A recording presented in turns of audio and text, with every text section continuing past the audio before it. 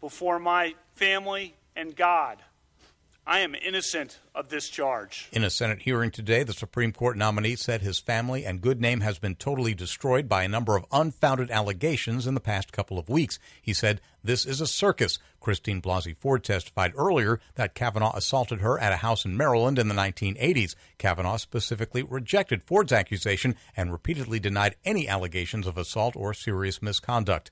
Ford is 100% certain that Kavanaugh sexually assaulted her in the 1980s. In an emotional appearance before the Senate Judiciary Committee today, Ford said she was afraid she was going to be raped or killed when Kavanaugh forced himself on her. Tom Roberts, NBC News Radio. Now, here's a new concept: digital network advertising, where businesses display your ad inside their building.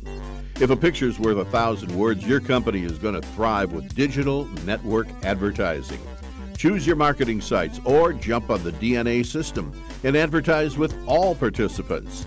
Your business ad or logo is rotated multiple times an hour inside local businesses where people will discover your company. Digital network advertising, DNA, a novel way to be seen and remembered. Digital network advertising with networks in Redlands and Yucaipa. Call in the 909 area 222-9293 for introductory pricing. That's 909-222-9293 for digital network advertising. One last time, digital network advertising, 909-222-9293. I'm so tired of the buffering on my smartphone. I'm so over it. Next. Right? I am so over it. Next. A radio? Next. No buffering, just your favorite local radio station? Next Radio uses the FM tuner that is already built into your phone, so you can listen to your favorite stations on the go. Because Next Radio uses the FM tuner already built into your smartphone, it saves on data and battery usage. When compared to streaming audio, Next Radio uses less than 1/10 of your data, and your battery will last 3 times longer. Next Radio, it's FM radio on your smartphone. Introducing a radio inside your cell phone. Listen to all kinds of local radio stations, including KCAA 106.5 Yucaipa and 102.3 Riverside on Next Radio. Download the free Next Radio app today. 100% free, 100% fun, 0% buffering. Stop the buffer and listen to KCAA. KCAA, where every day is a great day. Hello and welcome to Let's Go Shopping with Bev. This show brought to you by Starflight Entertainment. Music by Dr. Bombay and the Blue Machine Band. Song title, Living in Paradise. Now here's Bev. They're all turned up. Check the wire on the bottom.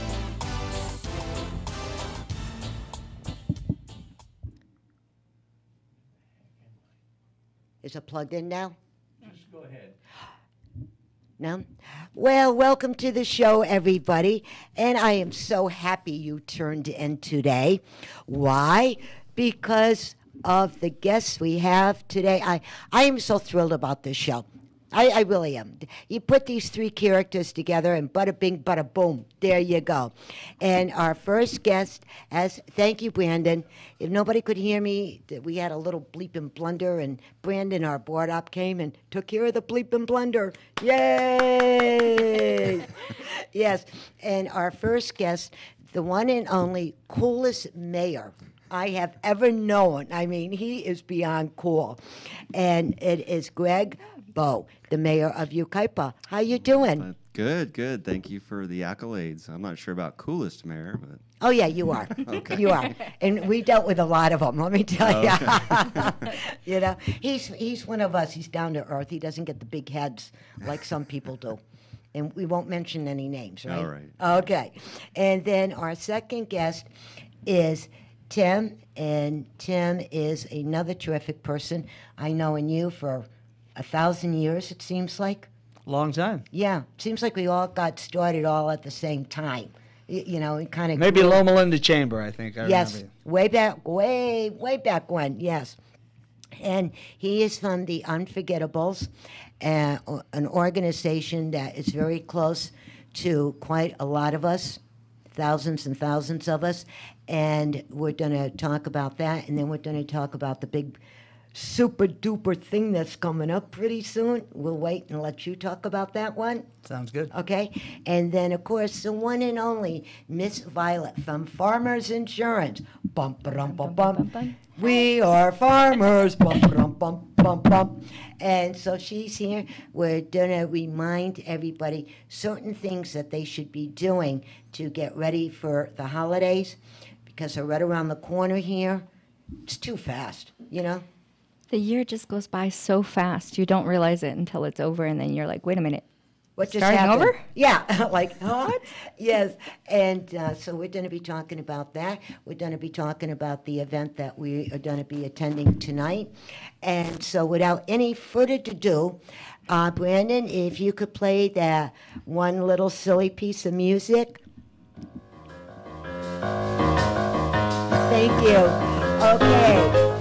Mayor Bo. It's bringing me back to my childhood. Yeah, I remember love watching this song. on ABC, right? Yeah, so cool.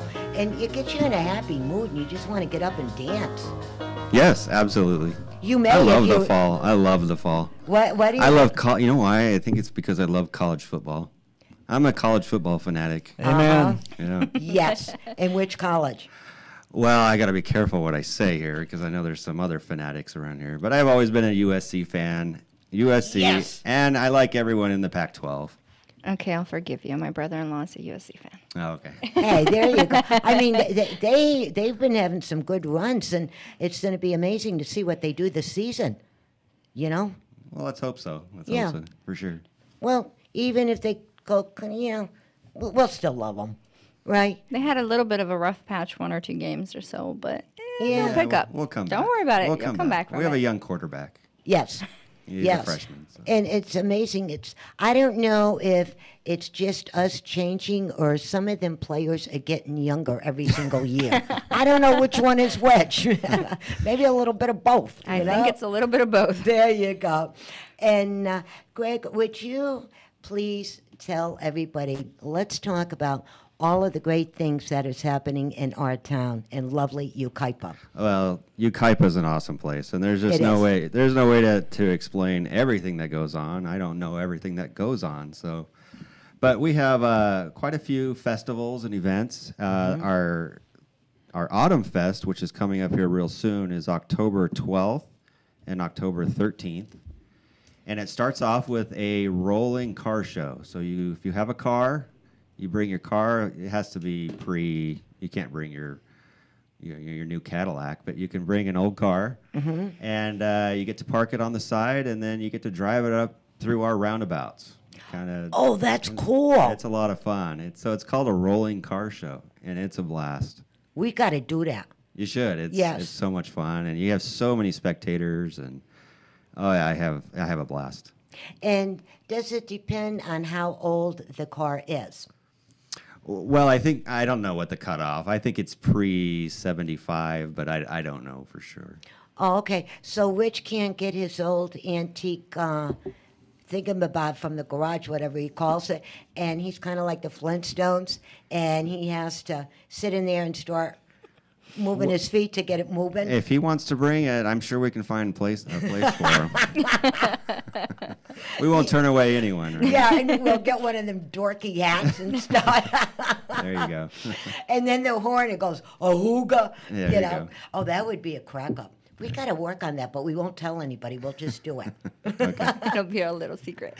Yeah. But there's a lot of other things going on besides just the car show. We have a concert. We have a group called the Smith Band. Now, I have to tell you, I got to be careful what I say here, but I'm more of a rock and roll guy. But they're a country band.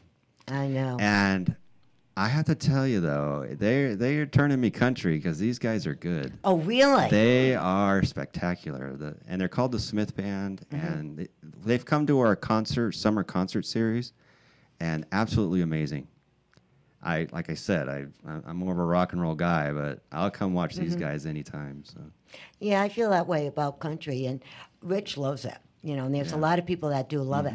And the only thing I get bored with country they lost their house and their truck and their dog and their wife. And then the next song, everybody comes back again. Then they lose it. Then they come back. And I go, what? And then that hee-haw stuff and some of the clothing that they wear. I'm a jazz person. Okay. I am so jazz. It's I love all different kinds of jazz. And I think maybe that's why. And being brought up in Brooklyn, New York, you didn't know what country was, right? Right. But there's a couple of good songs that did come down the pipes, I gotta admit. Mm-hmm. They really were. So that's gonna be fun to hear them guys out. They are. They're great. There's a lot of other activities, and I don't have the list in front of me, but come on up. It starts Friday, October 12th, and it's Saturday, October 13th, and it's a blast. And it's in the upper part of Yucaipa. You just get off on Yucaipa Boulevard and drive straight up. You'll run right into it. Yes, you will, and it's beautiful. And the way I love the roundabouts that we got. They did them so. You've seen them, right? They are so classy, and you go around. And the first time I seen it, I'm going, whoa! And then when the construction was all done, we could actually drive there. Immediately, right back to England. Because they have the roundabouts and like this. It's absolutely fabulous, Well, that's part of the rolling car show, actually. So they use the roundabouts just to go in a circle. Mm-hmm. So it's a lot of fun. Yeah, and you got to do it. And then talking about our lovely town, we have a lot of good shops up there. We do, and Big Five is our newest neighbor or. Yes, neighbor, guest, whatever you want to call him. And then the other new one that just opened up not too long ago is Brucaipa. Brucaipa, yes. Yes. Which is right next to our new Performing Arts Theater. Yes. Which is very exciting. And I'll tell you that Brucaipa, that's a cool place. It is. It really is. And then on the weekends and during the week, they have different bands coming in. And each time it's a different band. It's never the same thing. And I never heard country yet, so I'm going, yes. And they sell the food and stuff in there, and it's really a fun place. And then they have that big patio out in front, and when they open up the doors, the glass doors, you open them up, and it's like the in and out. It's all one part, and it's a lot of fun up there. It is. And then talking about the new arts center, I'm a little kid in a candy shop. I love this. Tell them all the good stuff that's coming up for that.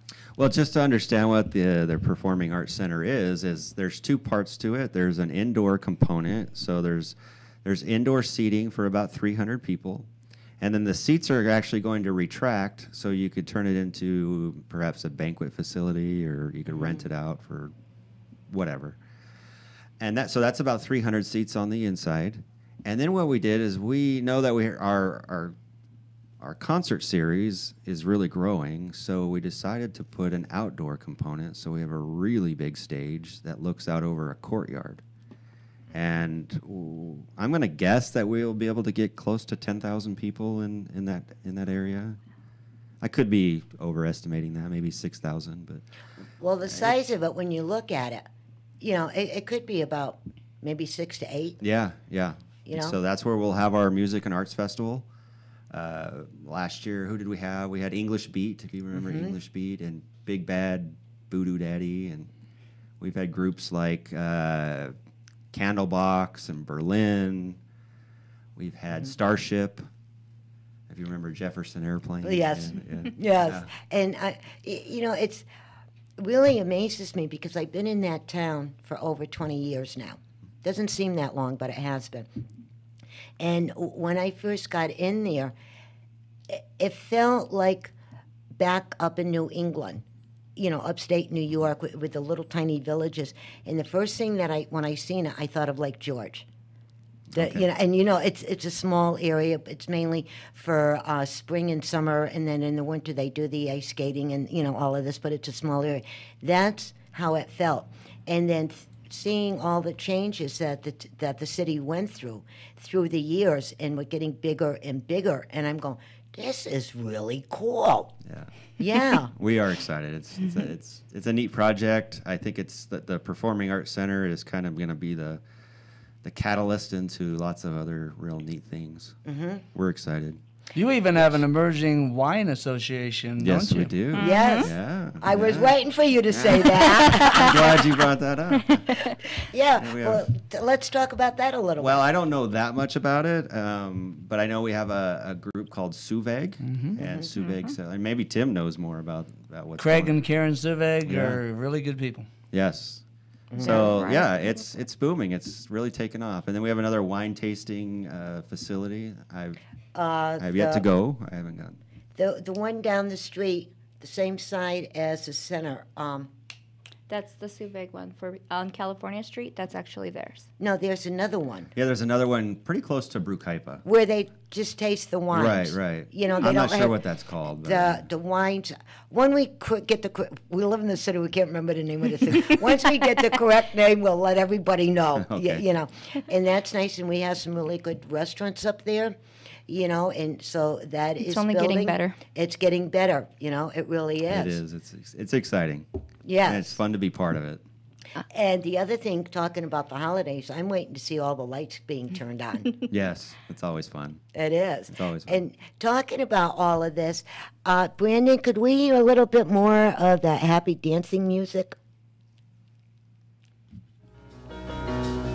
Talking about this, I want to talk about our neighbors really quick here. And up in Oak Glen. Okay. Right, and it starts this weekend at 9 a.m. and it goes till dark. So whatever time it decides to get dark, that's it, right? So it's Friday and Saturday and Sunday. And they're having the apple orchard where you can go and you can pick your apples and your raspberries and, you know, all of this good stuff. All the restaurants and shops are having sales going on. They also have it where they have the wagons, and you can get in the wagons and the horses will take you all over the place and stuff.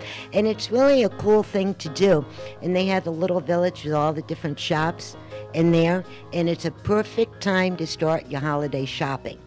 It really is, because it's kind of quiet, it's calming. You know, people are not banging into you or the buggies or any of this stuff, right?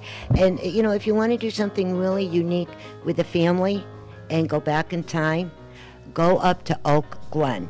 And you can push their name in the computer. There's a map right there that will show you exactly how to get up there. And the other place that I love in there is Faria and Jennifer, the Wildland Image Gallery. We have been doing work and being friends now for years, and her son Shamir is our godson, because we remember when he was like a pint of milk, and now, you know, he's up there and he's going to school and everything. And so that would be a really cool thing to do over the weekend. So, you know, you don't have to worry about dressing, maybe a pair of sneakers, construction boots, pair of jeans, a t-shirt, a little sweater, and there you go. And so pop up there and let us, you know, give me a call back on Monday through Facebook and let me know what you thought of that area. Okay? It is a beautiful area. It is. It really is. And the elevation is so much higher. It's so much cooler up there. And you can actually smell fall in the air. You know? You know, I was reading an article, I think just a week ago, about, I think it was like the 5 best places to live in Southern California. You may have read the article, I don't know. And Oak Glen actually was number 1 on the list. Yeah. Wow. I'm like, oh, that's kind of neat. The only thing I don't like about Oak Glen, and I'm not too crazy about it because of our neck of the woods, because we're really up there, when the snow starts hitting, people don't know how to drive in the snow.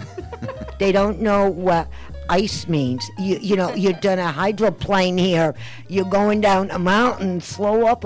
They don't understand that, you know, and I just shake my head. Yeah. You know, but that's the only thing I just don't like. And since it never rains in California, I think you're pretty safe.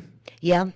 Yeah, and we just got to wait for the snow, and there you go. And I was laughing. I was telling Cheryl, one of the other gals I know, and she was laughing about the snow. I says, you know what I'm going to do? She goes, what? I said, I'm going to go up to Oak Glen. I'm going to borrow one of their wagons with the horses, you know, cover the horses up in the blankies and stuff, and let them take us down the hill and back up the hill. You know, I thought that'd be a pretty cool idea. Yeah. It's a perfect place for people who grew up back east to go get reconnected with your roots, because Yes. it has that flavor to it. It does. It does. And this is the time of year that I really get homesick. You know? Yeah. I miss Macy's. I got to go to Macy's. I love that store at Christmas time. But also, too, now, is there any other special things that may be coming to our area, like in the beginning of the new year, or something that you can tell us? Any little secrets? Any little secrets? So the Music and Arts Theater that I've been talking about, we've had some hiccups and delays. And so what we've decided to do is we'll probably open the theater probably in January. There's two parts to this theater. There's the theater itself, and then there's the courtyard out front. They weren't going to open at the same time. Things didn't work out the way we hoped. So I think what's going to happen is we're going to go ahead and delay the opening of the building itself to coincide with the courtyard. And we're hoping, maybe January, February. That's a good time. Yeah. And, if you're going to do it, take all the time you need now, for you don't have to go, oops. Yeah.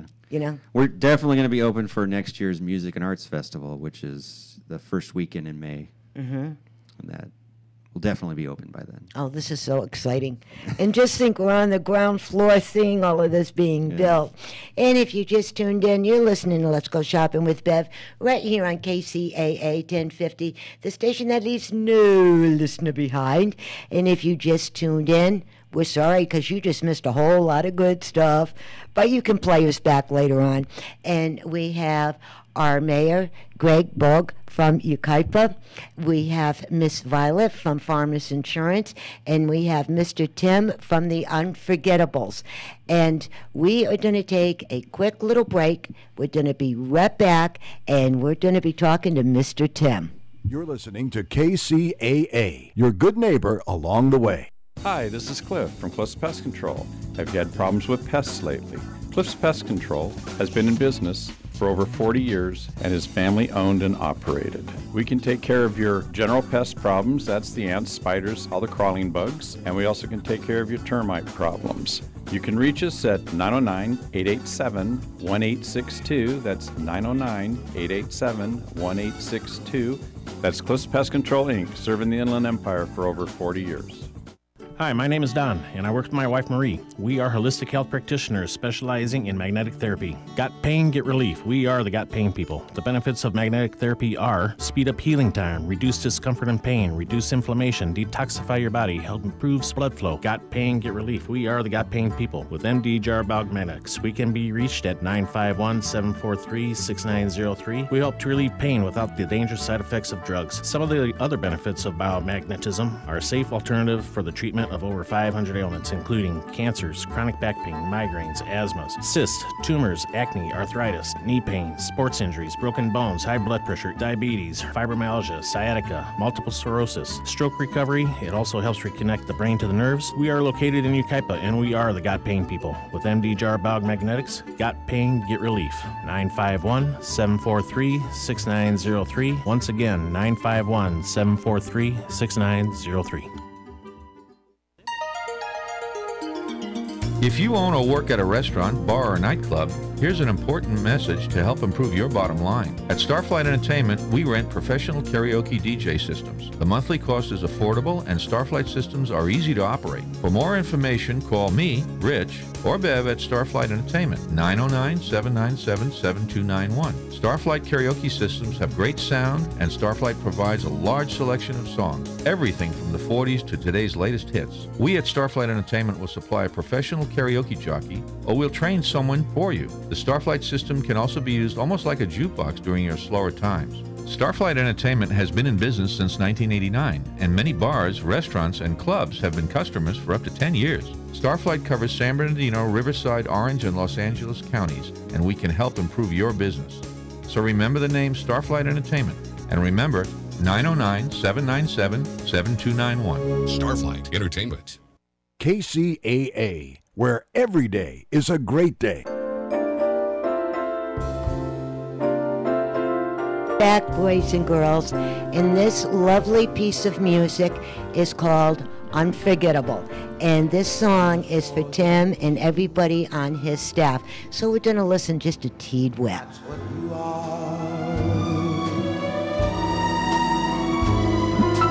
Unforgettable, though near or far,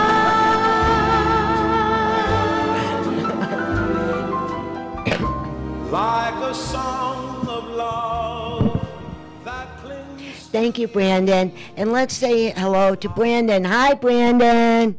Hello. Yes, and Brandon is our board up. He is my left hand, my right foot, my left foot, you name it. And he unfortunately can read my brain now. I feel sorry for him. He gets into the cuckoo house. But we work as one, and I'll be thinking it, and he'll be doing it, or vice versa. So thank you for all of the great work you've been doing. No problem. Okay, thanks. All right, now, Tim, would you please tell us the beginning of the story of the Unforgettables?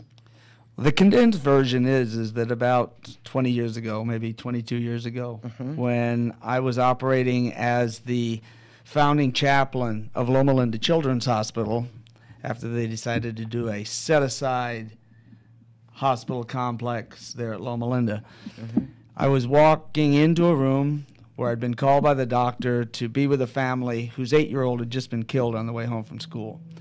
And when I went into that darkened ICU room, I can still see the dad and the mom, each holding a hand, and each holding a hand of their little daughter laid out on the gurney.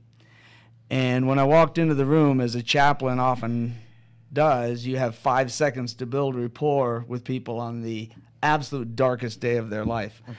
And I remember the dad's name was Hector, and I'd been in there maybe 5 minutes, trying to stay quiet, trying to give support, trying to listen. And he turned and looked me right in the eye, and he said, "We barely have enough money to live every day.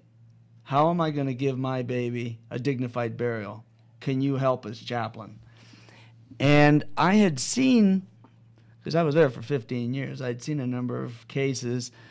This one just hit me. And I said to him, well, I don't know how, but I'll do my best to try. And from that, walked out of the room and realized that, certainly by myself, I'm an outsider.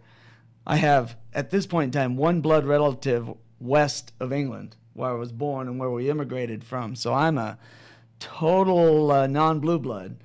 But I was able, from the position as chaplain, to call on a number of well-connected, high-profiled, very caring people in the community, and I brought them together at a mortuary and said, "This is what I'm seeing day to day. Do you guys think we should do something about it?" Because I had done my research, and there was no other group or process or even county or government entity that was helping directly with assisting funeral costs when children die. And they said, "Yeah, we'll help you." And that is the beginning of a 20-year saga, a generation now. And we've helped about 6,000 families for all causes of childhood death, from SIDS to sickle cell, from cancer to car accidents, from stillbirth to suicide.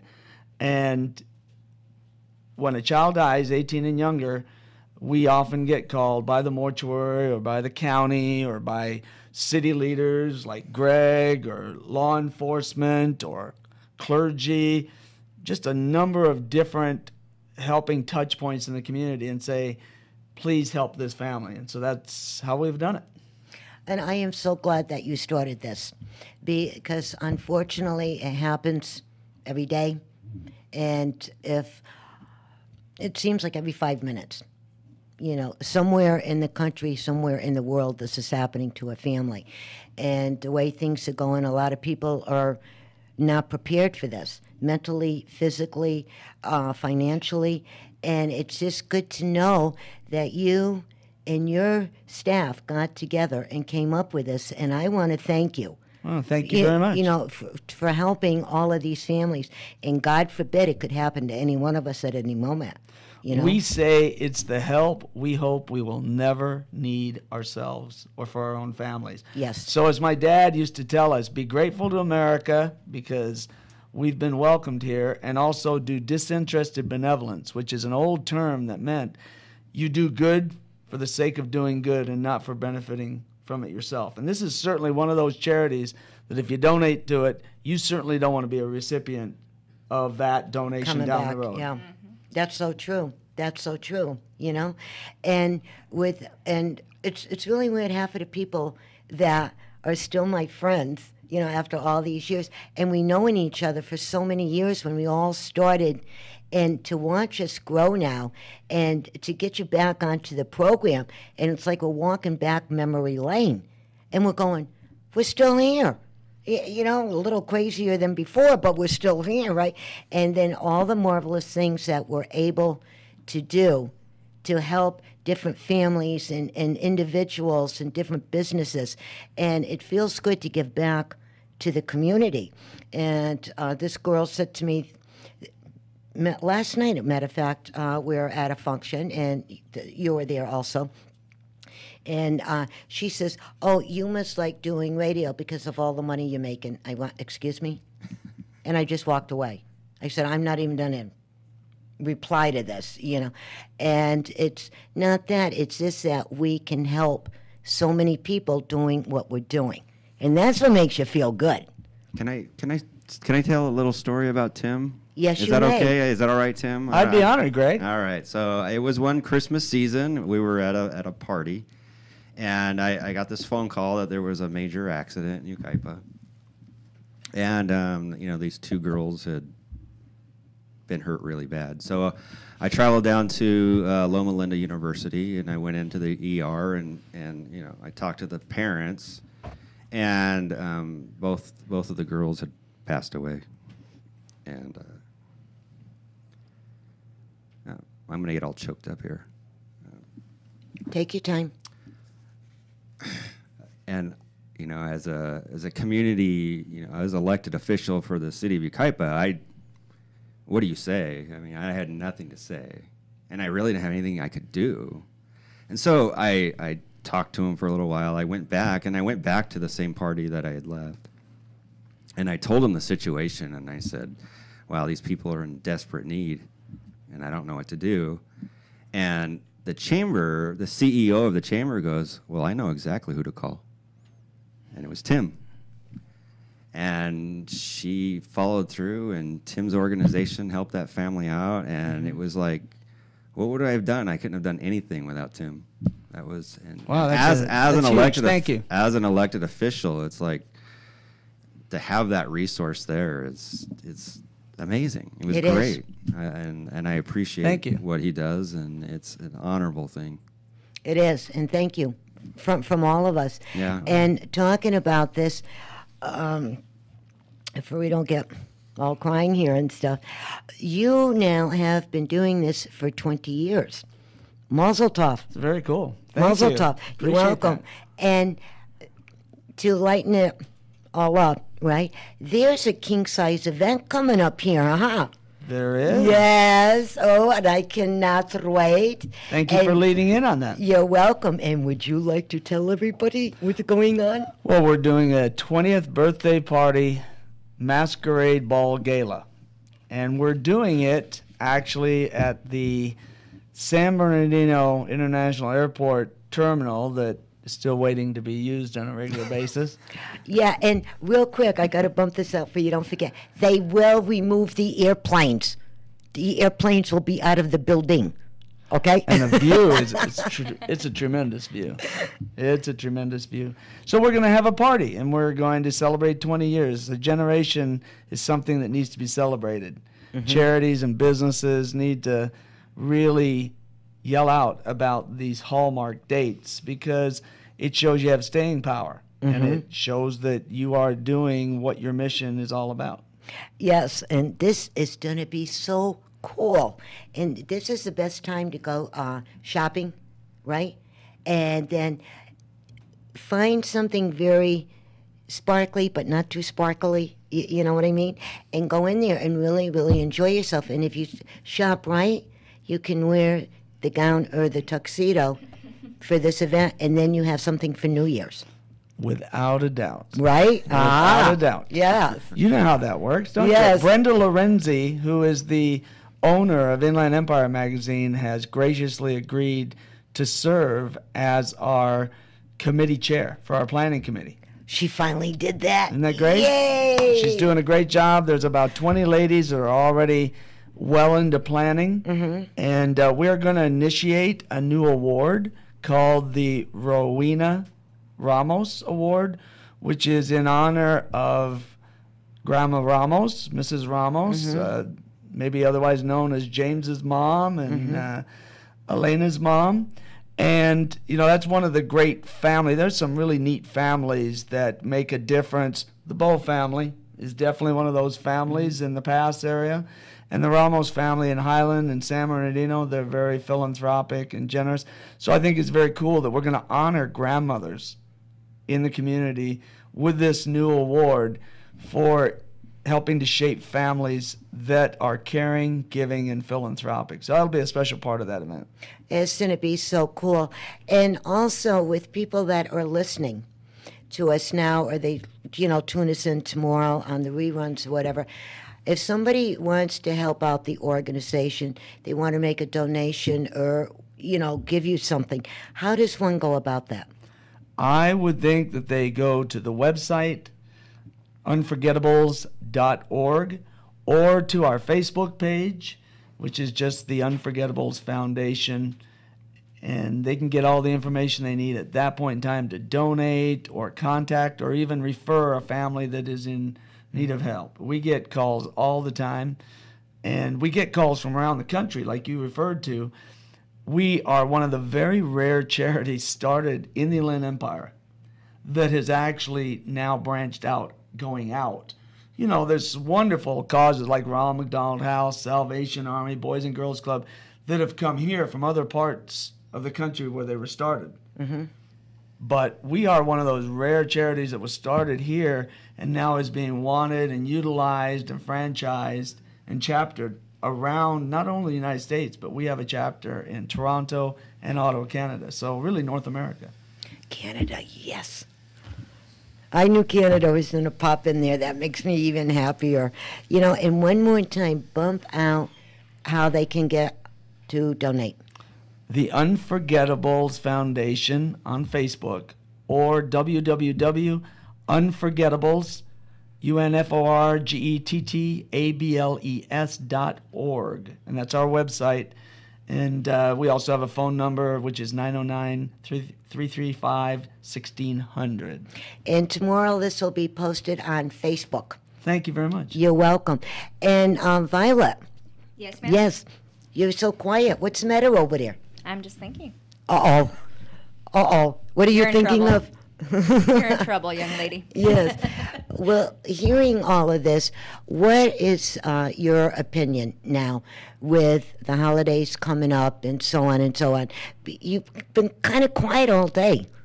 I was just listening to everything that they help with and stuff, and I really appreciate them because I'm, as an insurance agent, I sell life insurance as well. And people don't always think to get life insurance for a child because they say, oh, no, that's morbid. What if they die because I got it for them? You're born, you're going to die. I'm sorry, but it's true. Regardless of your age, the one thing you're guaranteed in life is you're going to pass away. So life insurance is always amazing, but unfortunately not everybody can afford it. Not everybody thinks about getting it, and not everybody gets it. And it's good that they have somebody that can help them, especially with an infant or a child or someone that can't take care of themselves, can't do things for themselves. So that's awesome. It is, isn't it? And when someone calls you and they want to add the child to the insurance, the faster they do it, the better, isn't it? Well, yeah. I mean, a life insurance policy can be issued as soon as 15 days pass after the child is born. So if the child is 16 days old, you can get a life insurance policy on that kid. And it's pennies on the dollar. It is. It's super, super cheap, especially when they're that age. And a lot of times you can get something permanent that can follow them for the rest of their lives. And once, like, God forbid, they happen to have a heart condition develop as they're older, or they take on some sort of illness or something, they're already insured. They're guaranteed to stay insured for the rest of their lives, and you don't have to worry about the stress about having them requalify or anything like that. And I tell grandparents to think about doing it for the grandkids. Oh, yeah. Because like she said, I have seen from the most religious to the most irreligious people get very superstitious about that and say, if we buy life insurance on our kid, then we'll have to use it. So it's too close to the parent's skin sometimes. I tell the grandparents, go ahead and quietly do that as a gift to your grandchild. Yeah. I think everybody should do that. They should. Really. You know what I mean? I mean, I feel awful because I had one where it was the grandmother, the mother, and the baby came in to my office.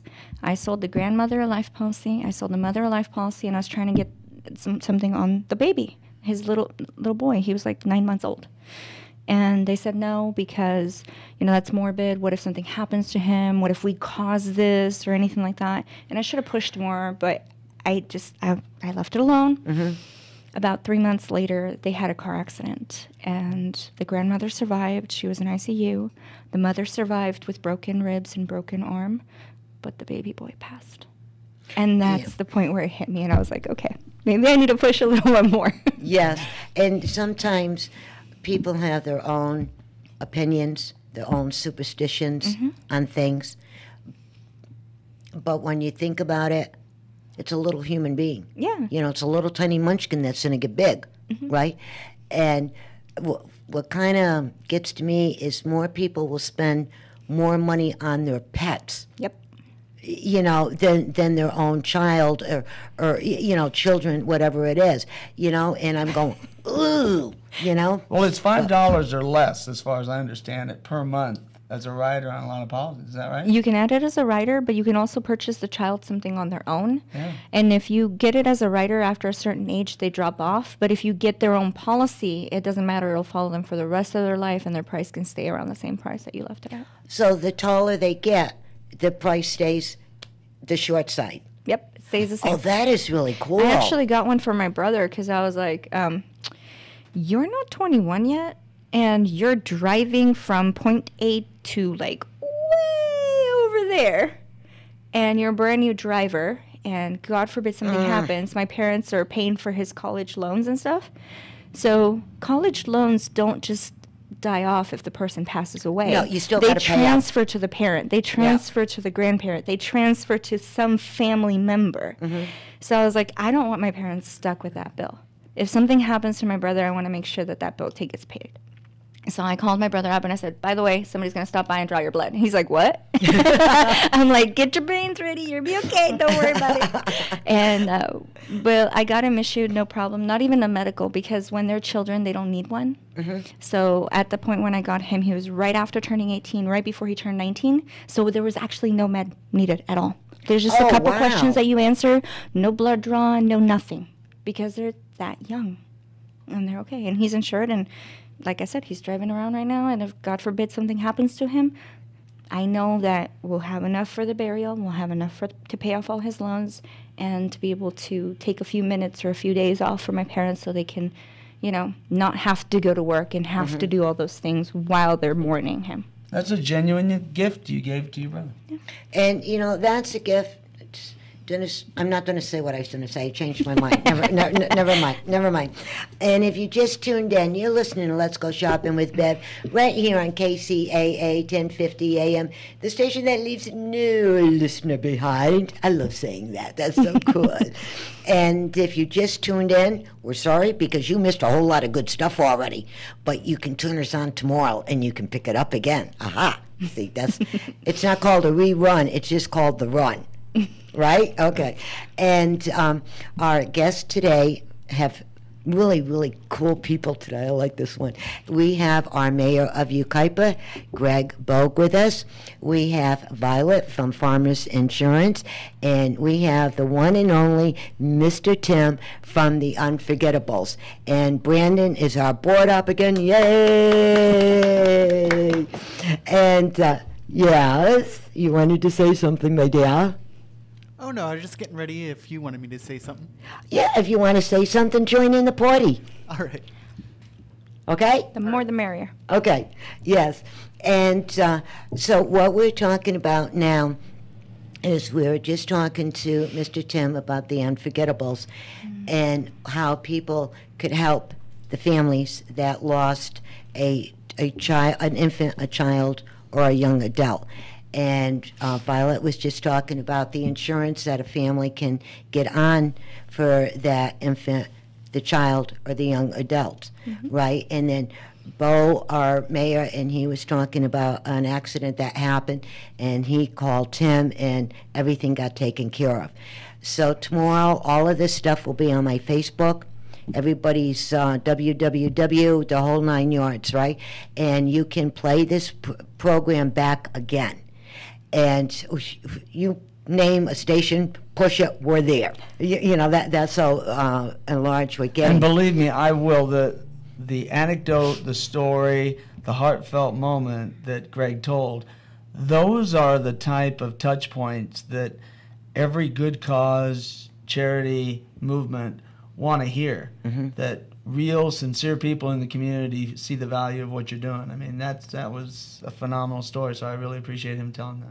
I am too, and that's why I was going to say something, and I changed my mind, because I've said if I open my mouth, I'm going to be crying here. So, no, we cannot do that, right? When I say that it's an honor with Tim being here, it really is. It's because he alleviated a situation that you're backed into a corner and you don't know what to do, and Tim's there.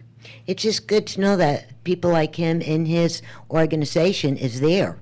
It's like, what was that insurance company a long time ago when we were kids? You can count on us. What was the name of that old insurance company back home? Son of a gun, I just went blank. I hate when that happens. I love his look. He's like, don't look at me. Yeah. I don't know. Well, when I think about it, but one of their sayings says, we're always behind your back. And I can't remember the name of the insurance company. I was tiny, shorter than I am now. Let's put it that way, Yeah, and so, that's what you think of. Now, we have a couple of more minutes left. So, Greg, I'm going to start with you. Okay. What is the one big thing you'd like everybody to know? I need everyone to know. I just love promoting all the different festivals in our city. We have so much going on. I had talked to you about the Autumn Fest, which is October 12th and 13th. We also have a thing called Winter Fest. Oh, yeah. Yeah, and that's just one night, and that's going to be December 8th. And it's the same day as the Christmas parade in Yucaipa. Perfect timing. Yeah, and actually, being on city council, one of my favorite days is the parade day. We get to ride on a fire truck and throw candy, and I don't know why. It's so much fun. It's a blast. The kids just love you, and talking about this, we're friends. I didn't get a phone call saying, "Hey, Bev, you want to ride on the truck with me and throw candy?" What am I, chopped liver? I don't get an invite. Well, you can ride on there next time. Okay, it's coming up. I'll give you a call. Okay, and Violet. Well, there's 2 events coming up that I'd like everybody to know about. One is on October 5th. It's called Soirée en Blanc, meaning Party in White. It's going to be at the Burge Mansion from 5 to 11 p.m. And basically it's an event that the East Valley Association of Realtors throws together to raise funds to be able to feed the community.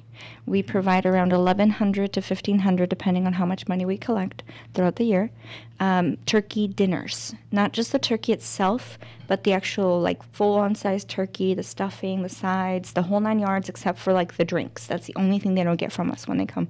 The whole kit and caboodle. Oh yeah. And is the pie included? Well, we do include sometimes, if we get enough, we'll include one of those boxes for pies. There you go.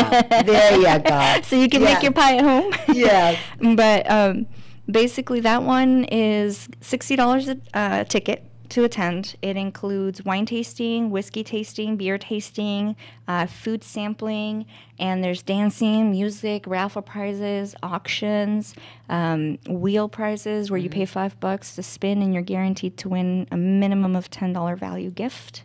So you're going to double your money when you go. And all of this is for a charity. So, it's a good thing to do. It is. Yeah. And the next one's on October 6th, the very next day. You party then and you party the very next day just to make up, just in case you didn't get enough partying. Yeah, you got to do that, And Mr. Tim. Well, we have that gala coming up on November 10. But just the week before, the San Bernardino Air Show has been very kind enough to make us a recipient of that. So also, we're going to have a very busy week because that's the 3rd and 4th of November, the air show in San Bernardino. So between those two events, all of our volunteers, and we have phenomenal volunteers because I'm the only full-time staffer, they're going to be tired at the end of that week. So I've got to find a way to pep them up after that. Well, think of something. Yes, we always do. And Brandon, thank you again for another good show. And what we're going to be doing now, just because, right, they thought we were leaving. We're not leaving. No, we're not. Would you play Charlie Brown again? Bev, the event on the 6th, honey, that one is actually separate. That's for YAPS, the Yucaipa Animal Placement Society. Yes, I just got that notice from you. Yes. Good. I just don't want people thinking they're going to party at the same place twice. There you go. Okay, now we got some more time left here. And if you just tuned in, you're listening to Let's Go Shopping. Bev right here on KCAA 1050 AM, the station that leaves no listener behind. And we are doing a start with Mr. Tim. Hearing this happy music, and it's getting a little nippy out there, just a teed wet, and the colored leaves are coming, and all the good holidays are coming. I'm going to put the 3 of you, or the 4 of you, including Brandon, on the spot. What is your favorite holiday and why? I always like Christmas. Okay. Even though Thanksgiving is wonderful too, but Christmas. Why? Because, that was where my little family from England used to gather around in this little 1,100 square foot house with a mom and dad and 3 boys just crammed in, and we just celebrate our blessings for being in the United States. Hey, that's cool. That is. I like that. Yeah. Miss Violet. You're going to laugh at me. I'm still a kid at heart. I kind of like Halloween. Even though it's not necessarily a big holiday, I like Halloween because you get to see all the kids having fun, dressing up, aiming to see, if they want to be a superhero and stuff like that.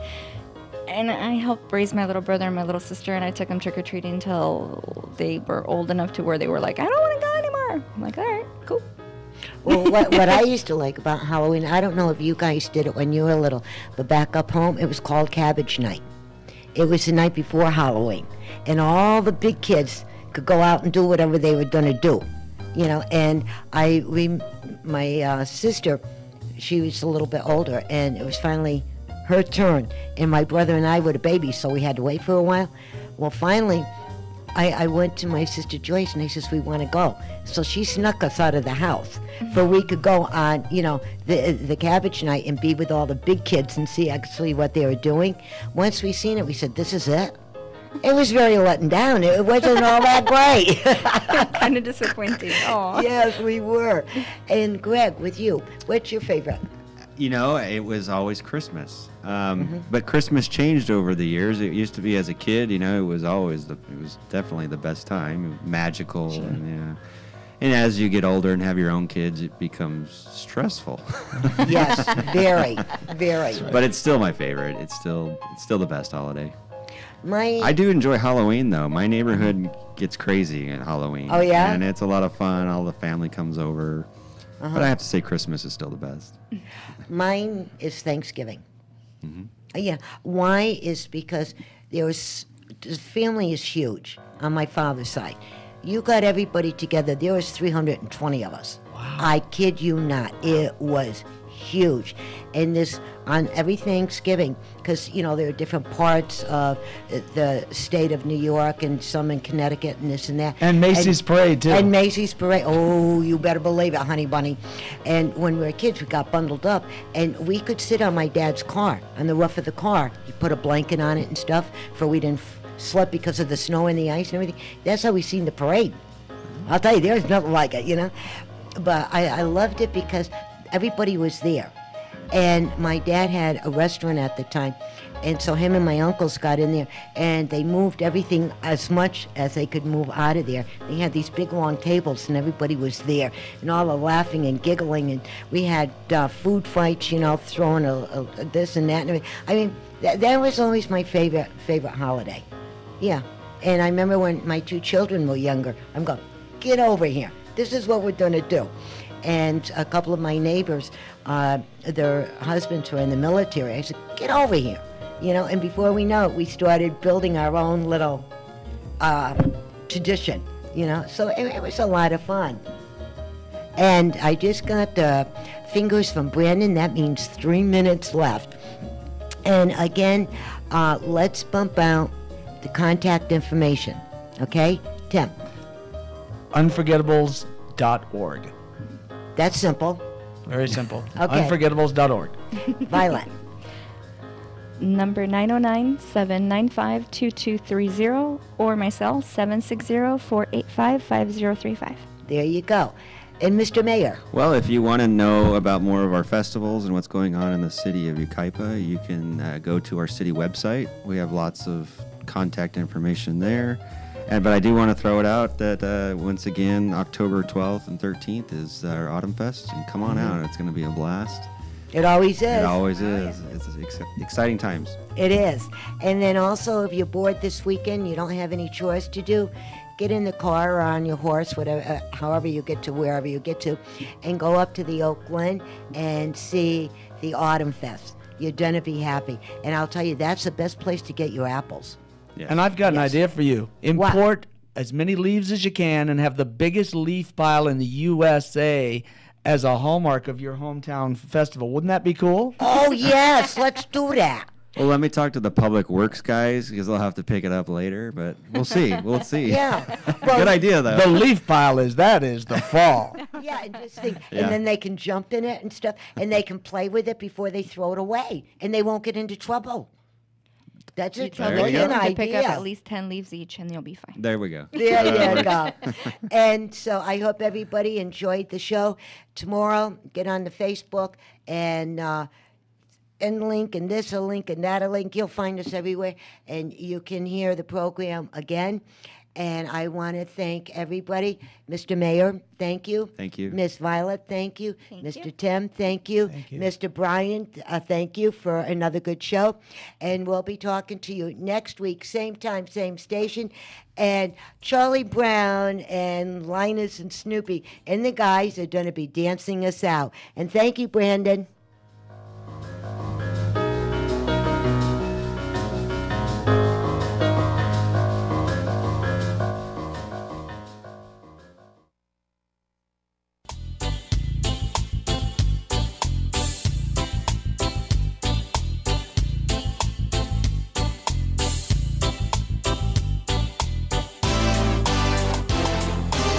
Done that, I saw you had sparkles in your eyes.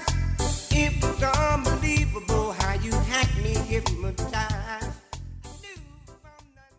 KCAA Loma Linda, 1050 AM, 106.5 FM, and now 102.3 FM. I'm Tom Busby, CNBC. If you thought buying a house was tough before, it just got worse. Mortgage rates now at their highest level in more than 7 years. Combined with sky-high price tags on homes, a dearth of available homes on the market, and high lending rates will deliver another blow to the struggling U.S. housing market. Wall Street regulators now suing Elon Musk for fraud over his August tweets about taking Tesla private and already having the funding lined up.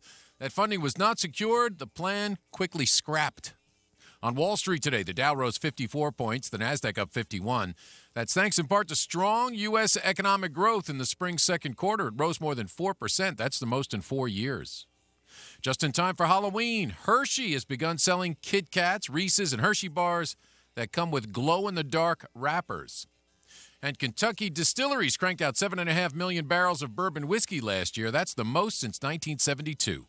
Tom Busby, CNBC. My lawn's been worn out by summer, not to mention by my kids. This year, use Scott's in the fall. Just one more feeding gives your grass the nourishment it needs to recover from the wear and tear of summer, while also building resilient roots to help prevent a weak, thin lawn next spring. This fall, my kids and my grass are back out to play. This is a Scott's Yard. Now's the time to feed your lawn. Pick up a bag of Scott's Winter Guard today. When working at a growing business, you wear many hats. The new business hat, the buying toner for the copy machine hat, the sifting through tons of resumes hat.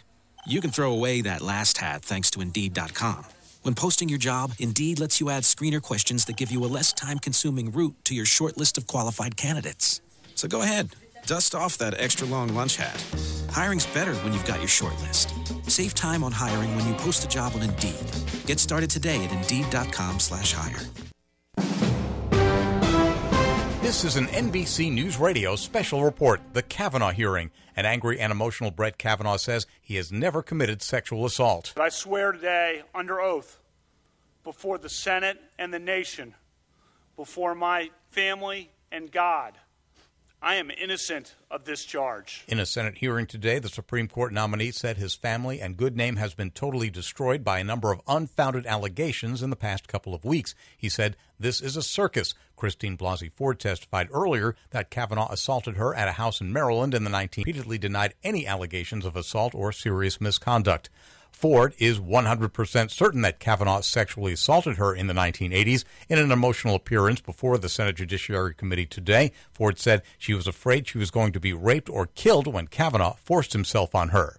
Tom Roberts, NBC News Radio. Re-elect Riverside County Sheriff Stan Sniff on November 6th because Sheriff Sniff will keep our families safe. Let's keep a proven and experienced leader in this critical office as he continues to modernize our Sheriff's Department by integrating technology tools for his deputies and dramatically improving their training and equipment. Vote for experience, proven leadership, and integrity. Vote to re-elect Riverside County Sheriff Stan Sniff on November 6th. Paid for by Friends of Stan Sniff 2018. This election, the voters in the 42nd Assembly District have an amazing chance to finally be represented in Sacramento by someone who listens and cares. I'm Denny Antoinette Mazingo. Vote for me November 6th. Denny will reach across the aisle to work with the majority in Sacramento and give voters the voice they've been waiting for and need. I will advocate and fight for universal health care, a path from college to career free of debt, a healthy business environment with abundant well-paying jobs, affordable housing for all, safe schools and communities, a transition program for 18-year-old foster care children. Seniors have to choose monthly on what life necessities they can afford, and we're going to change that. Denny's a former military lawyer, a JAG. She will fight for you in Sacramento. Google Denny, D-E-N-I. I'm Denny Antoinette Mazingo. I approve this message. Paid for by Friends of Denny Antoinette Mazingo. Visit your local Baker's drive-thru restaurant this month and get an Easter Seals Safe Halloween booklet for just $1. You'll receive over $400 in coupons and make a life-changing difference in the lives of kids and adults with disabilities in the Inland Empire. 100% of the proceeds support Easter Seals services in your community. No trick. Learn more at easterseals.com/Southern Cal. If you're looking for a full or part-time sales position and you have radio, TV, or print media experience, KCAA has a great opportunity waiting for you that pays the highest commissions in the market. KCAA is the only station in the IE that broadcasts on 3 frequencies, so advertisers receive 3 ads for 1 low rate. This makes KCAA a must-buy for every local business. If you're interested in a sales position with us, email CEO@KCAAradio.com.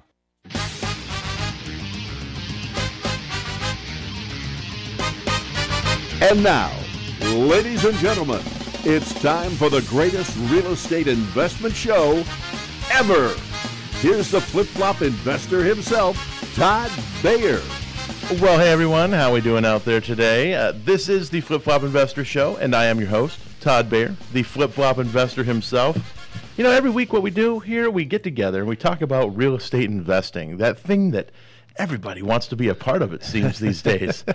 So what I like to do is we bring on a local expert or another fellow investor and talk about real estate investing. So this week, we brought back one of our favorite guests, one of our regular guests, Mr. Tyler Hungerford. How you doing today, Tyler? Oh, I'm doing great. Thank you so much for the opportunity to come hang out with you again. You know, absolutely. I love it. Yeah, and that's really all we're doing. We're just hanging out. Yeah. You know, like we just happen to be talking into a microphone, yeah, you know, to a bunch of people listening live. It's funny because you and I, we go off on and we literally talk about the same stuff we talk on here for hours. Yeah. I mean, like there are times where we're sitting there and we're just, I don't know, 3 or 4 hours go by and we're like, I'm hungry. You hungry? Let's go eat. And then we keep talking. Yeah. And hey, that's what this business is about. Absolutely. It's, you know, it's about having a community and getting to know people that you like and spending time with. So that's, you know, that's really what it is. Just a real estate investor community. Heck yeah. And that's what we've built, you know. The And we've built the Inland Empire Real Estate Investment Club, which is the largest investment club in Southern California by attendance. By attendance. Okay. We don't have the most members. We're the second highest by membership. That's amazing, especially after what?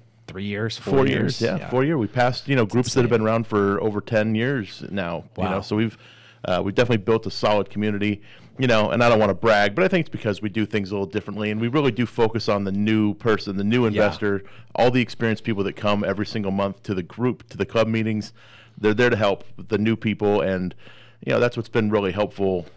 Well, and I think it's mostly because everybody understands how difficult this business really is, and the pitfalls that a new person can fall into, especially if they're working with some bad people. So, sure.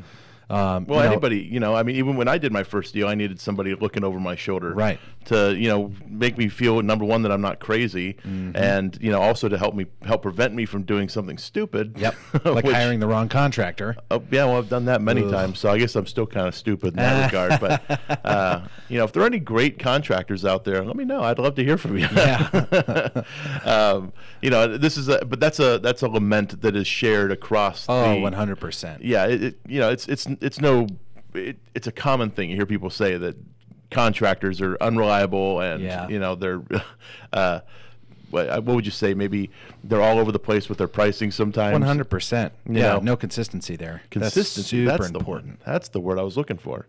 For those of you that missed it, last night we had the big Inland Empire Real Estate Investment Club meeting at the Mission Inn in Riverside. We had a really good attendance last night. We really did. Good attendance, a lot of good people, a lot of good content. We had a lot of great stuff that we went over last night, and we were excited. So, I was told that I need to mention this a few times during the show because some people don't tune in the beginning and don't, they're not listening all the way through to the end. Okay. So I've only mentioned this. Traditionally, I've mentioned it only at the end. Now I'm going to start mentioning it maybe 4 times during the show. Take like a commercial break or something. Yeah, and I'd like to thank Ron for giving me that suggestion last night. Thanks, Ron. And hopefully next week, Ron, you're going to be on the show. There you go. Let me know. I'll be listening. Everybody wants to hear. I've already told a bunch of people. No, we really do. And everybody wants to hear Ron and his story in the real estate world because it's an interesting one. Yeah, I've never really heard it all the way through. I've heard snippets of it. Yeah. And so we're going to, I'm really interested. I actually really would like to know, too. It comes. But you know what? This week we're here to talk about Tyler Hungerford and what he does in this business because Tyler's he embodies the rich dad, poor dad spirit of working to learn, where you can, Robert Kiyosaki, he's the guy who wrote Rich Dad, Poor Dad. What he said was, if you're going to work to learn. So work in an industry that you want to be a part of. And so you're working as a property manager, for Formatic Property Solutions. Management. Property management, Formatic Property Management. I'll get it right. Sorry, Matt. So, and by the way, Matt's the owner of the company. Yeah. I was apologize. I wasn't forgetting your name. Yeah, I would never. Matt. I would never forget that. I know. What's your name again? No. So you're doing actually a pretty big role over there at Formatic. So at this point, I'm running. For now, I'm running business development and investment advisory. So I'm helping people find product, acquire that product, and make sure that it's running smoothly. And it's a very big role because without people with rental property, there's no use for you. There's no use for me, absolutely. So the Formatic basically manages all kinds of different property types. All kinds of different property types. So we've had apartments, we've had multis, like small multis, which is duplex, triplex, and quads. We got a lot of single families at the moment. We've got 6 properties that we're trying to help our owners sell. Oh, wow. With another 2 coming up in the next month or 2. So there's a lot of even in that role itself, there's a lot going on there. Now these sellers that are selling these 6 properties, are they willing to carry financing? So I've chatted with them about that, and no, a lot of times they're just looking to just get out of the deal. Oh, man. And I know. Yeah, so that's one of the first questions I ask actually whenever I'm talking to them. Smart. Like, okay, well, are you looking to get out of this quickly? Do you want to pay capital gains? There's an opportunity here to make money over the long term. Would you do seller financing or something of that effect that you can make sure that you're paying less in taxes for our capital gains and allow you to still make rental income basically every single month for the rest of your life. But be the lender rather than the... Yeah, exactly. Yeah. Be the lender on this. Yeah. Don't deal with your toilets and tenants anymore. Exactly. Let me deal with those problems. Yeah, I'll deal with them. I like I'll those make that problems. happen. Yeah, so they're not really that interested in so far. They haven't been interested in that. Okay. So far, a lot of the properties have been up in Big Bear, so they're kind of an older crowd that owns a lot of these properties, and they're just ready to let them go and move on. And we've got quite a few that are 80 plus that are just ready to step away from the investing and just enjoy the rest of their lives. So, but for the most part, I'm just doing asset management and making sure that people have a really set understanding of what their goals are for the future and how I can help them reach those goals with investing in real estate. So sweet. One of the reasons why I got involved in this, especially in investing in buy and holds, was because I want to do that myself. Of course. So you're right. I do work to learn. I've done that at every point in my career to provide a really well-rounded individual, and I think I'm pretty darn well-rounded at this point. Pretty good, yeah. You're getting there. I'm getting there. You know, a couple rough edges, but we can definitely smooth those out. Yeah. Well, we're working on it. We're working on it, and that's why I'm doing what I'm doing. So, well, it's important, and you know, something that you do that a lot of people that are successful in this business is you continue to. You're a student of the 100%. Business. You know, at no point are you going to tell anybody I'm an expert. Yeah. You know, I have a hard time telling people I'm an expert. People come looking at me and they tell me like, but you're the expert in this. I'm like, yeah, but there's people that know a lot more about this business than I do. I know that there are. These are guys that have been around for 45 years, you know, and I mean, these guys blow me away every single time I talk to them. They throw some new nugget at me, and I'm just, you know, like, wow, you know, like that's amazing, you know. Yeah. So, you know, I'm still a student. I read stuff constantly. I'm constantly doing, you know, different types of deal structures just to learn different ways of doing things. So I think I learned a lot of that from you, having worked with you. Well, you know, you're always constantly learning and trying something new and looking at different processes and applications, just like you said. And so that was something that I really took from your mentorship and working with you. That's kind of how I've always wanted to work. And I think that's why we gelled together so well and why we continue to gel together, because we are constantly trying to learn how to do the best we can to become excellent and to really be well-rounded. Of course. In a lot of different areas. Yeah. And so that's why we gel on stuff and why we can talk for hours and hours and hours, because that's what we do. Yeah. This is what we enjoy. Exactly. Yeah. And that's really what it is. You have to enjoy it. And, you know, it's not for everybody. I developed a love for real estate originally just because, you know, my mom was an appraiser, so she'd go to all these houses, and I liked going with her just to see what other houses looked like. You know, I mean, how many homes have you really been in? And, you know, like for the regular person, you've been in like the home you grew up in, you know, your own home now, maybe some friends, and family homes, you know, but for the average person, I think they've been in less than probably 100 homes in their life, which is insane. I did 100 homes in a couple months last year. Yeah, exactly.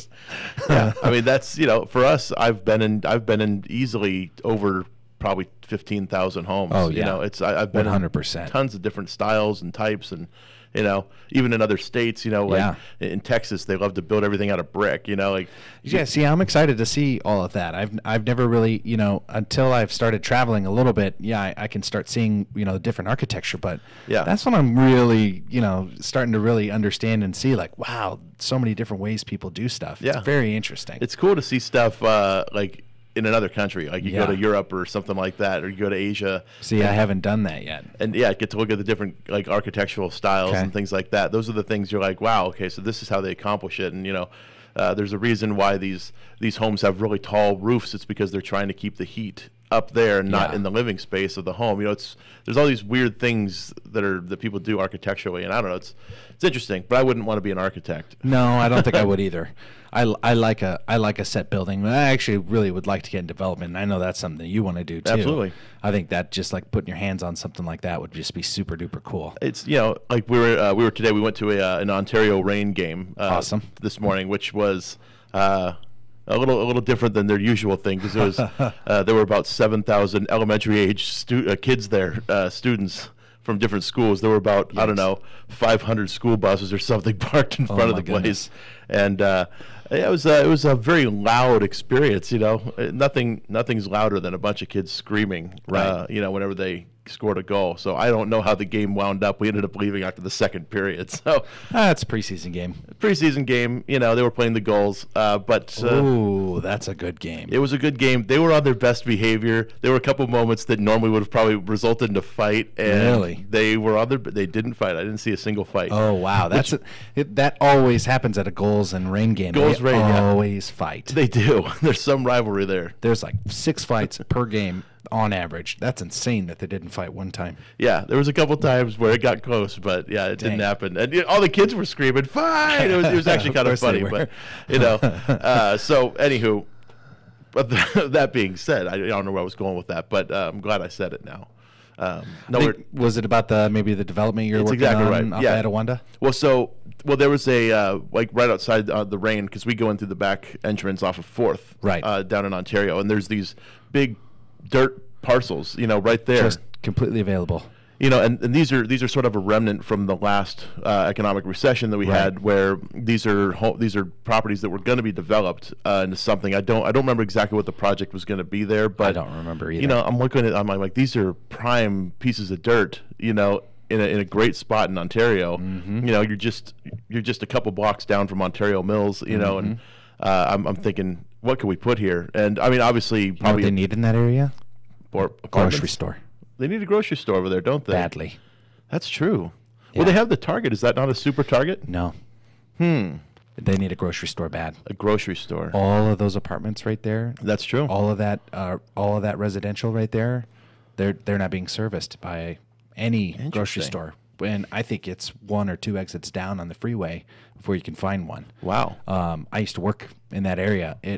You can't find a grocery store near you. Yeah, is there some weird thing going on with the city of Ontario? I don't know. That they maybe don't want a grocery store there? I don't know. Huh. I don't know. We'll have to look. For me, it would make sense. Like a Stater Brothers would do real well there, I think. Or maybe a Ralph's. Or Ralph's. Ralph's. Albertsons. Albertsons. Something like that. Something like, let's talk to the people over at Cerberus and see if they want to invest over there. I mean, it wouldn't be a bad idea. You know, put together syndication. I think that those parcels, there's a reason why those parcels haven't been developed, and I think there's the owner of them just wants a lot of money. So I don't know. Maybe they're just looking to wait until the next downturn and then develop on that. I really don't know. Yeah, you never know. Maybe they never. You never know until you do the talking. Yeah, you got to start talking to these people, and find out who the owner is, and you know, start offering whatever you can. Yep. Okay, that's cool. normal. But you know, looking at this stuff, I'm thinking like this is the stuff that gets me excited about development. Like, exactly. I'm like, what can I put in a space like this that would be, you know, useful? You know, a grocery store sounds like a great idea, but usually you don't have a standalone grocery store, so you're gonna need some other stuff. Oh, infill, absolutely. You know, infill things around there. Maybe a, you know, I don't know, a dry cleaner. You have to, you know, you kind of look and see what's missing from that area, and then obviously getting a tenant to move into these things is the next step. But it's all kind of fun, you know. Everything's a challenge, and you know, it's fun to have these challenges present themselves and solve the problem that people didn't even know they existed. which leads us to the next thing in real estate. You're a problem solver. First and foremost, you're a problem solver. That's for any real estate investor. Absolutely. That's what you start out as. Absolutely. Yeah. And so no matter what level you're going to, whether that's lowly flippers or going all the way up to wholesale or going down to wholesalers even, or all the way up to the guys at the top who are building skyscrapers, they are problem solvers. They make sure that they can get their stuff done. They get things done. Yeah. And get it done on a big scale up at that level. Absolutely. You know, we'd love to build a skyscraper at some point. Yeah, you and me both, my friend. Maybe we could put together syndication. Build Riverside's first skyscraper. That's what I would like to do. That would be super cool. Yeah, if anybody's interested in doing that, you should let us know. You know, we're not selling securities. Yeah, obviously, we're not broker dealers or securities guys. But you know, if something like that came along, you know, it'd be cool to. Yeah, we could help.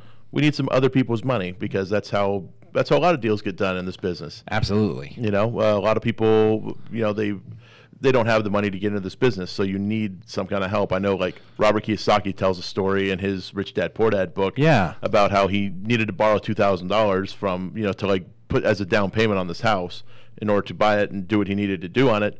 And he borrowed it from a friend of his. You know, I think he borrowed $2,000 and paid him back like $2,800 or something like that within a couple weeks. You know, nice return on his investment there. You know, but that's how a lot of deals get done. Absolutely. You know, and a lot of people think in this business you have to have the cash. I know I thought that when I first got in. Right. You know, that if you can't get a mortgage on it because it's such a terrible home, it's in such bad shape, the bank's not going to lend on it. You know, you have to have cash. That's the only other option. Absolutely. But then I found out about hard money lenders, and then I found out about, you know, private people that want to just invest with you. They want to partner up, or they want to just lend you the money and let you do it. Even seller financing. Yeah, and that's just like we talked about earlier. Exactly. Yeah, and that's such a common thing in commercial real estate. Yeah.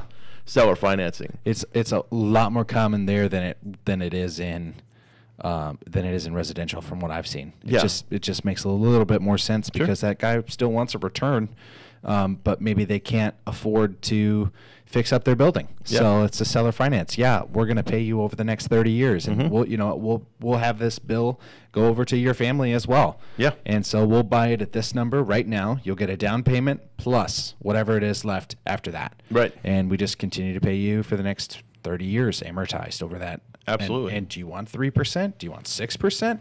I'll give you 6% on your money. Absolutely. The nice thing about seller financing is you can actually give somebody whatever they want for the property. 100%. You know, and you know, if you understand how to use a financial calculator, you know, people can say, "Thank you, Bill Tan." Yeah, by the way, Bill Tan. Thank you, Bill Tan, for that. So if somebody says, "I want $1 million for my building," and you're like, "No, it's worth $600,000." Like, they're ridiculous. I can't believe they want this much money for it, and they think you're lowballing and you're a jerk. Right. You know, because you're giving them this low offer. You know, right? You can tell them, "I'll give you your $1 million, but I'm gonna have to pay you that over the next 45 years at a 3% interest rate." You know, and maybe that's how they get their $1 million price. Right. And you know what? If they weren't renting it out before, guess what? Now they're making income every single month. Yeah, and they don't have to worry about rain or shine vacancies. They don't care about vacancies. Oh, the condition of the building doesn't matter to me. Right. Well, it matters a little bit to a lender. You well, know, true. Especially a private lender. You know, like as if the building's becoming dilapidated. Like that's true. Your income might stop coming. You make a good good thing there, but and then you have to foreclose on a property that's going to be worth significally less than what you gave it to them at. so never mind. But condition of buildings, obviously, you got it. Yeah, condition's important. But that being said, seller financing, valuable thing, super duper. And it's it's something that we talk about sometimes at the Inland Empire Real Estate Investment Club. Yes, for those you should totally come out to. Absolutely. For those of you that are just now tuning in, I just want to introduce you to the idea of the Inland Empire Real Estate Investment Club. This is a group that we put together in September 2014. Me and my partner Steven, we put together this group. We get together, we talk about real estate, and it's now the largest group in Southern California by attendance, and the second largest by membership. It's pretty cool. It's big, because we have a lot to offer for the new real estate investors. So if you're interested in getting into the real estate investing world, come on out to the Inland Empire Real Estate Investment Club. You can find us on meetup.com. Meetup.com is a great website for people that have different types of groups, a lot of interesting things that they have on there, but real estate investing is one of those types of things, and we have a very large group out here. So we just had our big meeting last night at the Mission Inn. It was a lot of fun. We had a lot of great information there, but we won't be doing that again until the fourth Wednesday of October. So there's 5 Wednesdays in October. So really? I have to make the announcement. I'm going to put this out there several times because a lot of people think it's the last Wednesday of the month. It's definitely not. It's always the 4th. It's always the 4th Wednesday. So next month it will not be on, and I think the 5th Wednesday. I think it's like Halloween actually this year. It could be. Let's see. Got my calendar out. It is. Halloween is the last Wednesday. So no, we're not doing a meeting on Halloween. No. Doing it on October 24th at the Mission Inn. So definitely come out. October 24th. Now you'll find a variety of people there. You'll find people that are flippers, new bird dogs that are looking for wholesale properties. They're wholesalers themselves. I mean, you'll learn from people that do buy and hold investing, all kinds of stuff. And it's just a great resource for you to really get a solid education and a solid foundation on how to move forward in this game and meet the mentors, meet the people that are going to help you 100% in this business. Yeah. Without someone like Todd and Steven or Jim Keller or the great people in that group, I wouldn't be anywhere in this business. They constantly mentor me. We're constantly calling each other and talking and talking about deals and opportunities and what they're up to, what I'm up to. But there's always that that back and forth that you're going to be able to find from people that care about you, that want to see you be successful, and want to help. Yep. So that's what that club is for, is to help. That's what it's all about. Exactly. And we cover a range of topics. It changes from month to month. Yep. We haven't done a seller financing thing for a little while, but I think it might be time. Time to get Bill Tan back out. Bill Tan would be good. The thing with Bill Tan's one of these guys, and I was saying it earlier, that some of these people really high level who've been in the business for a long time. He's one of the people that blows me away. Yeah. And for the people that are new, it goes way over their heads. And that's the one thing about Bill that I'd love to see him kind of dumb it down to a more elementary level. Yeah. He does in his class. He does in his class when he teaches the financial calculator, which is an amazing class, by the way. It is. Oh man, everybody should go to that. But when you're talking creative deal structuring, it's complicated, and there's a lot of reasons why somebody would want a particular structure. Like you mentioned capital gains before, right? On a seller finance. Yeah, if you're going to sell an investment property, that you've owned for over a year, you're going to be subject to long-term capital gains, right? Which right now is I think 15% on the gain. So, if you gained, let's just say the property was purchased in the 1940s or something, and now you're selling it for $1 million, I mean, your gain's going to be significant. It's going to be so significant. And that's a big, big payment. So if you instead sell the property off with seller financing, that could potentially, I don't know the word to use at the moment. Alleviate some of the strain on the tax. Obviously, you still have to pay capital gains on it, but there's ways to structure things, and you should talk to your CPA, absolutely, before make sure you do that legally. Yeah, do it legally and properly, because the IRS will knock on your door. They'll let you know if you didn't do it correctly. Yes, that's for sure. They're good about that. Yes, they're very good about that. Yeah, very good accounting firm is the IRS, I've heard. Yes. Yeah, they seem to know what they're doing over there. My aunt audited the auditors. Oh, really? On major corporations, she audited the auditors. So, she worked for the IRS. Yes. And she would audit, she would audit the people in her office, making sure that they did their stuff correctly. Really? Oh, yeah. So there's probably a lot of potential for them to get bribes and things like that to overlook certain things. Exactly. So that's why they have that structure. So they've got a couple people overseeing the overseers. Yeah. So they're like, how did Janet buy a new Ferrari? I don't understand. She's funny. Her name's Janet. Oh, hey, whoa. But no, she didn't buy. She never bought anything like that. But no, she never bought it. Obviously, it was given gift, to her. Right? Yeah, it was a gift from a friend who just happens to work for Goodyear or something. Some major corporation. That'd be crazy. That would be crazy. But no, I mean it's one thing to invest in property. It's another thing to make sure that you're doing it legally and taking care of your bills and the IRS and. Yeah, that gets a lot of people, especially new people, in trouble. So you gotta talk to a good CPA. Well, and that's one thing that new people often have problems with too, is that they get into this business and they don't know all the costs associated with the deal. Right. They see the shows on TV and they think it's that simple. I bought it for this. I put this much into it. I sold it for this. I made that much profit. No, you have realtor costs. You have escrow. Yeah, escrow costs. You have title, insurance, property taxes. You have a bunch of fees I'm not even thinking about, they get tacked on. Plus, the big one that most people forget about is taxes. Because if you're doing flips, these are short-term capital gains if you're doing them in less than a year. So short-term capital gains is a much higher percentage than long-term capital gains.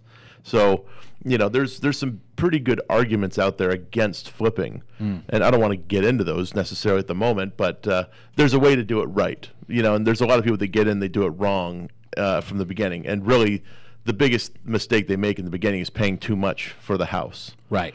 Oh, God. I've seen that all the time. How many houses have we gone over where, the seller wants a certain price and they're just not willing to come down, but we know what price we have to buy it at. Right. And there's a reason we have these rules in place. Right. It's because if we do it for less, then we have a higher risk of loss. Yeah, and I mean, anyone who's doing this correctly and is going to do it for long term is going to mitigate their risks as much as possible. Mm-hmm. Obviously, there's still risks and high risks, especially when it comes to a flip. Yeah. However, if you buy it correctly, you can make sure that that's almost nil in terms of losing that asset, like a lot of people did in 2006 and 7 and 8. Sure, absolutely. So Do it right. Do it right. Come to the Inland Empire Real Estate Investment Seriously. Club. Learn from the pros. Learn from the pros. And that's, when is that? The fourth Wednesday? Fourth Wednesday of every month. Every month. Except for December. Okay. Oh, yeah, we do a big party in December. We do a big party, a big holiday party in December, and it's going to be... 3 years I've gone. It's amazing. It's getting better every single year. Absolutely. This year, we're hoping to get some sponsors to chip in a little bit, so we can maybe elevate it a little bit more. Okay. A little classy.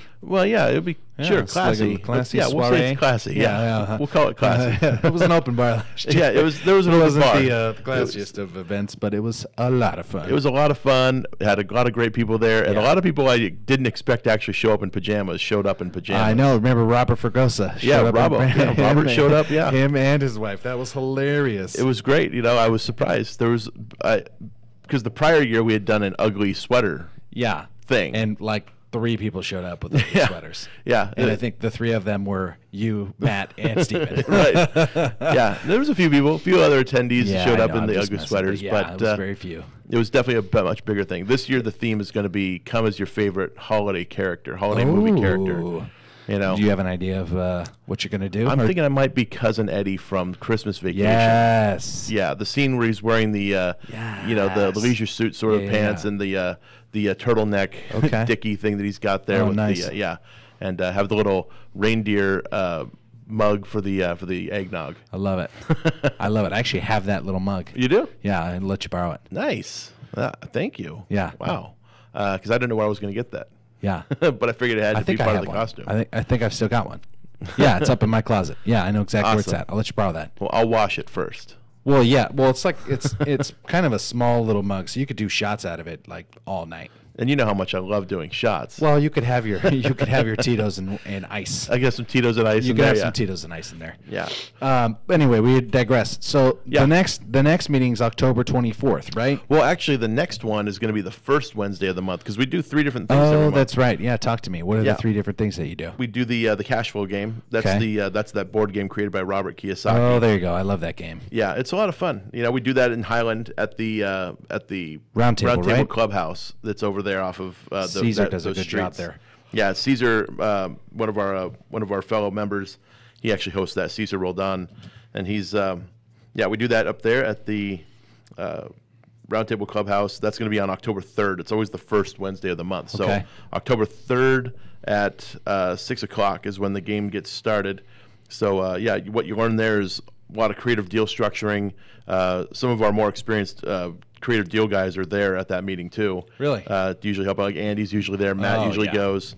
And so they have a lot of fun. It's actually a lot of fun. You get some pizza, you get some soft drinks and so forth. So come on out. It's $10. It's $10 for that, just because we got to pay for the food somehow. So or if you're a member, if you're a monthly member, you get in. It's included in your monthly dues. Okay. I just became a member. That was very exciting. You did, yeah. I saw that, and didn't take advantage of the coupon code, but hey, that's fine.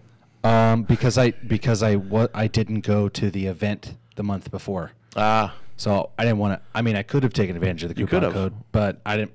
Well, we appreciate it.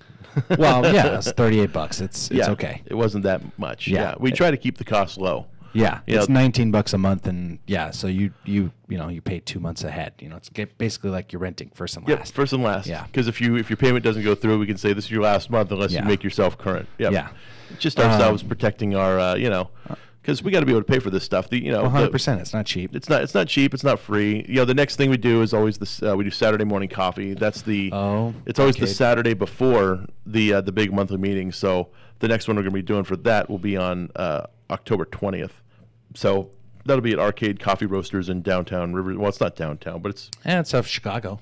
Off Chicago. It's more like the university area. University corridor, University in Chicago. It's literally right there. Yep. Great coffee. Probably Arcade some coffee. of the best in Riverside. It's pretty good. We like it. And so that's also $10, but you get coffee with it and you get a pastry. Oh, you get a pastry now too? Get a pastry. Oh, that's sweet. We had some good pastries this last time too. They do. Their food there is phenomenal. It's actually, it's surprising for a coffee shop how good their food is. Absolutely. Yeah, they had these breakfast burritos. Oh, my God. Yeah, we're not the only ones talking about their breakfast burritos. Oh, man. And then the other one is the fourth Wednesday, and if you become a member, you get to go early. I got to experience that this last month. Yeah, so we now have a 1 hour before the event from 5 to 6. That was great. Yeah, we have the pre-meeting members only sort of networking hour where there was an open bar for the hour, and that was great. It was great. A lot of people enjoyed it, and hopefully more people come next month because I think they will. Well, we just started the membership thing. Yeah, and just last month, right? Yep, last month is when we actually started membership, like a paid membership. Membership is always free. You can always be a member on meetup.com for free. It doesn't cost you anything. But if you want to be a member of the club, it means that you expect to come to multiple meetings and every month. It's every month, and the main meeting's $30 to get in if you're not a member. Automatically saving $11. Yeah, you're automatically saving $11 every single month. Exactly. And I'm always at the main meeting, and I always go to coffee, so it's like, well, that's $40 right there. You're saving. I'm going to save $21. Exactly. Per month. Yeah, it makes complete sense. And a lot of people are like, well, how are you guys able to pay for the events? Charging less, and the answer is that it's like a gym membership. People aren't always going to go, so we can always at some point, if we're getting out of control, there's only so many people the Mission Inn can handle. There's only so many people that the Round Table Pizza can handle. I mean, at some point, if we have to start restricting like to a certain number of RSVPs, then we'll get to that point. But, the idea is that it's like a gym membership. Some people just won't go every single time. Yep. And they basically pay to keep the club going. The club was never meant to make money. It was never supposed to be like we never wanted it to be like one of these big seminar things that people go to where, they sell you all this stuff from the stage and try to get you to, buy their boot camps or mentor programs or whatever they have to sell. And there's some crazy cost. I've heard things as high as $80,000 for these things. Which is insane. It's very insane. I mean, that's... and they say it's like school. It's like going to college. You're going to get a degree, and it makes sense. But I've never seen anybody come out of those things with an expert, acumen. No, you're coming out more. You're coming out more messed up in those situations because you think you have to do all these extra steps in the front end of finding property than you even need. Mm-hmm. When you guys started me out, you literally said, okay, these are the properties that are going to come up, and send emails to the agents and say you want to buy it. Yeah. And then when they respond, that's when you start analyzing. Right. Okay, I can do that. Yeah. And because we've wasted a lot of time, looking at every single deal. I mean, you can't do that. There was a time where I had this romantic idea in my mind that I could just make an offer on every single house, and make it the actual offer, and I could send the offer to them. But man, is that time consuming? Especially if you want to make if you want to make 100 offers a week, to be able to get your one deal a week. Yeah. That's a lot of analyzing you have to do. Where absolutely instead you could find out who really has a motivated seller. Right. You can weed those people out quickly because their agent knows.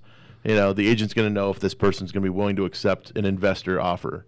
Yeah, the only person I know that just analyzes everything and sends offers is Thomas. Yeah, he does. Yeah.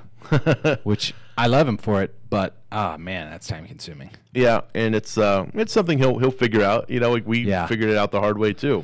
I think since he uses Redfin to find a lot of his comps and his properties that he can then go and try and purchase, he scrolls down, I think, to the houses and like, okay, this one will sell for this. Okay, cool. All right, offer this. Yeah. He does that a lot. It works. It works. Thomas gets deals. He does. How many has he done now? 6? That's a 5, good question 6? for Thomas. I don't know. Yeah, I don't know. He's done a lot. He was just speaking at the event. Yeah, he was our guest speaker last night. I love hearing him talk. He's definitely an inspiration. Oh yeah, a lot of people we actually got a lot of emails from the thing last night. Oh, really? Yeah, which we don't usually get a whole lot of people telling us how the event went, but we had a few emails come in this morning telling us how much they appreciated Thomas's story and everything that he was telling. So how cool is that? It's cool because that's sort of what we wanted. We wanted somebody like Thomas to get up there and talk about his experience because he's persevered in this business 100%, sticking it out this whole time. So it's it was a good story he had to tell. I think it was 2 years before he got his first deal. Yep. Yeah, going to meetings and just doing what he could. So, but now just he's learning every single month, make an effort, and it just suddenly clicked. I think when he started coming to work with us at CRG, when when you all were doing a bunch of flips, man, he just the light just ding. Yep. Light bulb just clicked. Yep. And I remember he had like 3 deals with us in 1 month. In 1 month. Yeah. It was pretty good. we rock and rolled on those, man. I'll tell you what. I mean, I didn't get 3 deals in 1 month for quite a while into my career. Yeah. So yeah, same. So it was it was a good story. But anyway, we went on a long tear there about the investment club. So. Well, I love the investment club, man. I mean, it's really it continues to help me build my business, help me build my network. I mean, it's all about who you know in this business and business in general. It's about who you know. Not all the time. It's about what you know. Right. Obviously, that's an ancillary thing, and it's quite important when you're discussing things. But really, it's your network that determines your net worth, and everybody says that. They do say that. Yeah. So, but it's true. You're only as rich as your 5 closest friends, or something like that. You know, there's a lot of these different sayings. It's because your close proximity with people that are successful, it's going to drive you to be successful and to do what you want to do. Well, that and all the other opportunities that come from knowing other people that are really, That's true, too. Yeah, that make money. You're like, oh, well, they're doing all these things. Well, how can I fit this piece into that so that we can all do well together? And exactly. 100%. Yeah, there was, I mean, if you work a regular 9-to-5 type job, you work in an office or something like that, you're going to have very limited exposure to investment opportunities from, your close friends. Yeah. Unless your close friends all happen to be real estate investors or something. But right. The people at your office are going to be more talking about traditional type investments. These are going to be things like, mutual funds, and they're going to be talking about treasury notes and bonds, and they'll say maybe they got a good commodity trader or something. Maybe their stockbroker does some really good stuff. But that's what most people are exposed to. Right. And those are your more traditional type investments. But I like that. I still like those. Those are still good. I mean, those are stable things that for somewhat. Yeah. It just depends on time. I remember this was back in 2011, and one of my old partners was he liked to play in the stock market a lot. He had a lot of money in there, so he was asking me one day. He's like, I'm just looking for that next great stock pick, and I'm like, invest in Netflix, And he was like, why would I invest in Netflix? They're shutting down their they mail DVDs, and like with Hollywood Videos shutting down and Blockbuster shutting down. Like, why would I want? I'm like, because they stream movies. Yeah. They stream movies on the internet. You can watch them anytime you want. Anytime you want, and you can pick them up. That's why. And he didn't do it. He didn't invest. Wow. He told me 3 years later. He was like, I remember when you told me I should have invested in Netflix, and today, like a dog that eats its own vomit, I went and looked at what the stock price of Netflix was then versus now. And he's like, and I'm kicking myself very hard for that. Did you invest in Netflix? I didn't have any money to put in at that time. Wow. No, in 2011, I was cash poor. Yeah. So I had, we had some deals going. We were starting the hard money company back then with me and Jeff. So. Building out your own portfolio a little bit there too. Yeah, building out my own. I still had some rentals. Yeah. I still had a few rentals going on. Why did you get out of the rental game? Well, for me, I looked at a couple of things. I put together a spreadsheet of my rental properties, and I looked at how much equity I had in there. Okay. And I looked at how much cash we'd put in, and I looked at how much my return was. So I looked at one thing, the return on the capital, which is the money we had put in. I looked at my return there, and then I looked at the return on my equity.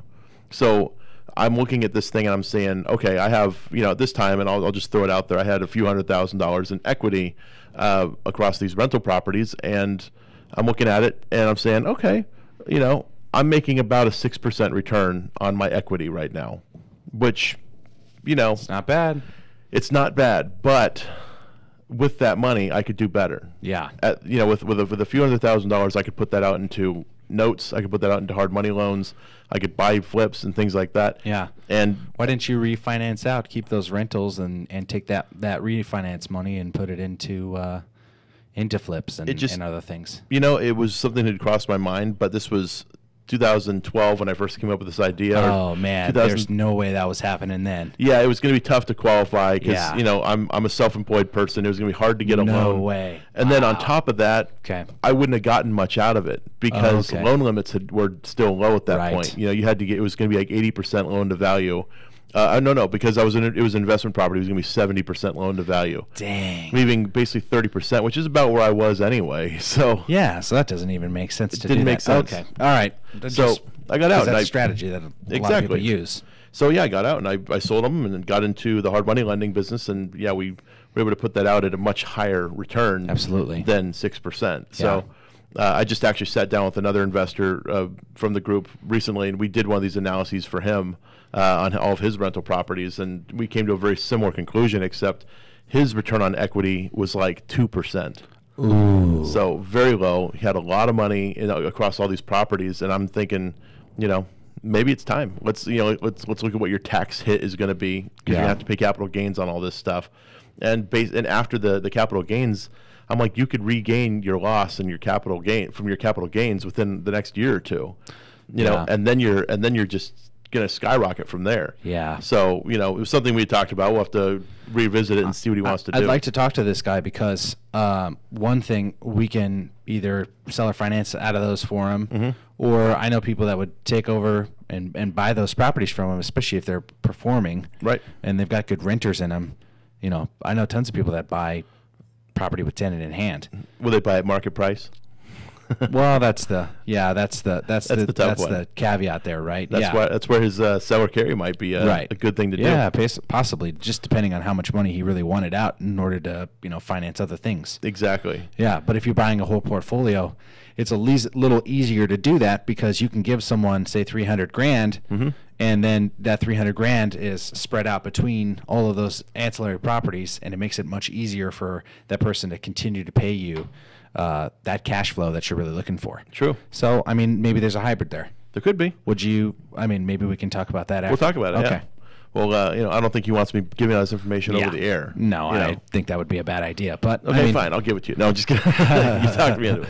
But I see. That's what gets me so excited about investing is because of all the different things you can do to make money in this industry. It is insane. And it's funny, and that's why listening to books from people that are investors that talk about things that they have done are so helpful, because it gets you to start thinking in other ways. Yeah. Like, how could I somehow get an investment going here? And I know Steve, he just started listening to a new book. It's like a seminar really that he's listening to on a CD. Okay. From this guy Buddy Zick, Barney Zick. Okay. And so yeah, he was telling me I got the CD.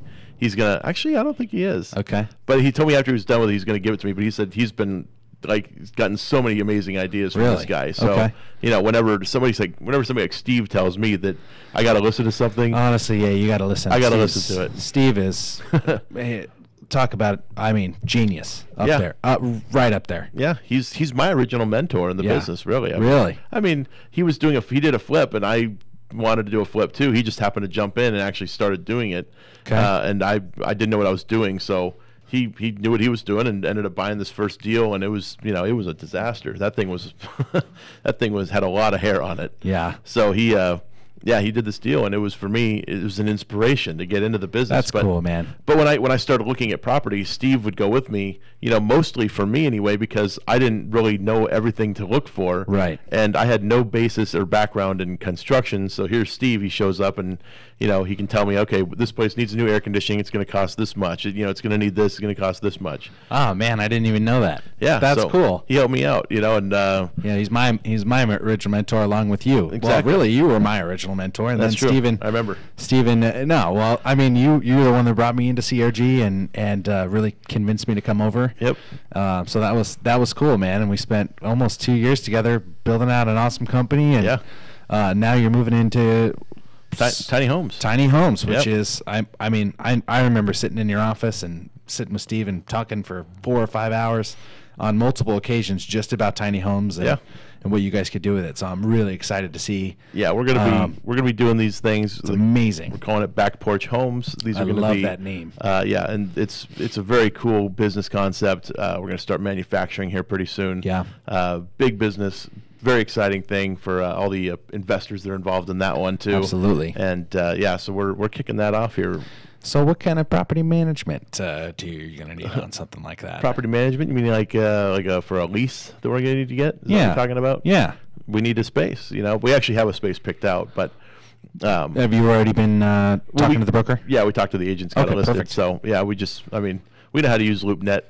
Oh, dude, yeah. But yeah. No, I'm saying property management for all those deals to make sure that they're being handled correctly for you. Oh, in-house servicing. Oh, there you go. Yeah, smart man. Man. No, we have a whole big old package put together. Solid. It's pretty amazing. But I started reading your business plan. Very, very intricate. Very, very cool. And it was literally everything we talked about for the last, I don't know, year and a half. Yeah. Which I know this has been a thought on your and Steven's mind even longer than that. Well, it was tough because, we have all this stuff in our heads, and like at some point you got to put this on paper, right? Yeah. I mean, you got to do a business plan. It's something that we've done for every business we've ever started. Right. It's actually kind of funny. Usually we do the business plan like a little ways into once we've started. Yeah. Like we're like, this is a great idea. Let's do it. This is how we've done it in the past. And, we've had some issues come up because we didn't have a plan in place. So, for the first time, we've actually and stuff. Yeah, little kinks that we probably could have worked out before we started the company. So this time we did it right. We did the business plan ahead of time. We've already put together all kinds of facts and figures and costs and everything. And so we're doing it right this time. Because it was about time for us to grow up and actually start a business like a big boy. And well, I mean, here's the thing, right? And this is something that Steven says all the time. But you built a $1 million company, then you built a $10 million company, and now it's time to build a $50 million company. No, $100 million. Oh, $100 million now. This one will be easily a $100 million company. Solid, easily, yeah. It's going to be a big deal. So we're excited about that. More to come, though. I'll talk more about it on the radio as things develop. But yeah, I know it's still in its infancy stages, and you're trying to find a building and all that jazz. Not only that, but we're still working with the attorneys to get all the paperwork drafted. So until we shouldn't be talking about this right now. We can be. It's it's nothing. It's no secret. We told a ton of people that we're starting this company, but as far as the details go, I can't really divulge too much. We're not getting into too many details on that. Of course, I don't think. No. Okay. I would stop us if if we got to that point. Yeah, I think we're getting close. We're getting close. I noticed this clock over here is broken. It isn't completely broken. Yeah, this one doesn't work because I don't think it's 7:30 right now. No, but it's almost 5. There's an Inland Empire clock right there. Booyah. Yeah, for the folks watching us live on the live stream on YouTube and so forth, we got clocks behind us from all over the country. New York, Chicago, and Denver. I don't know why do we have a Denver one up there? Yeah, is there a reason for them? No clue.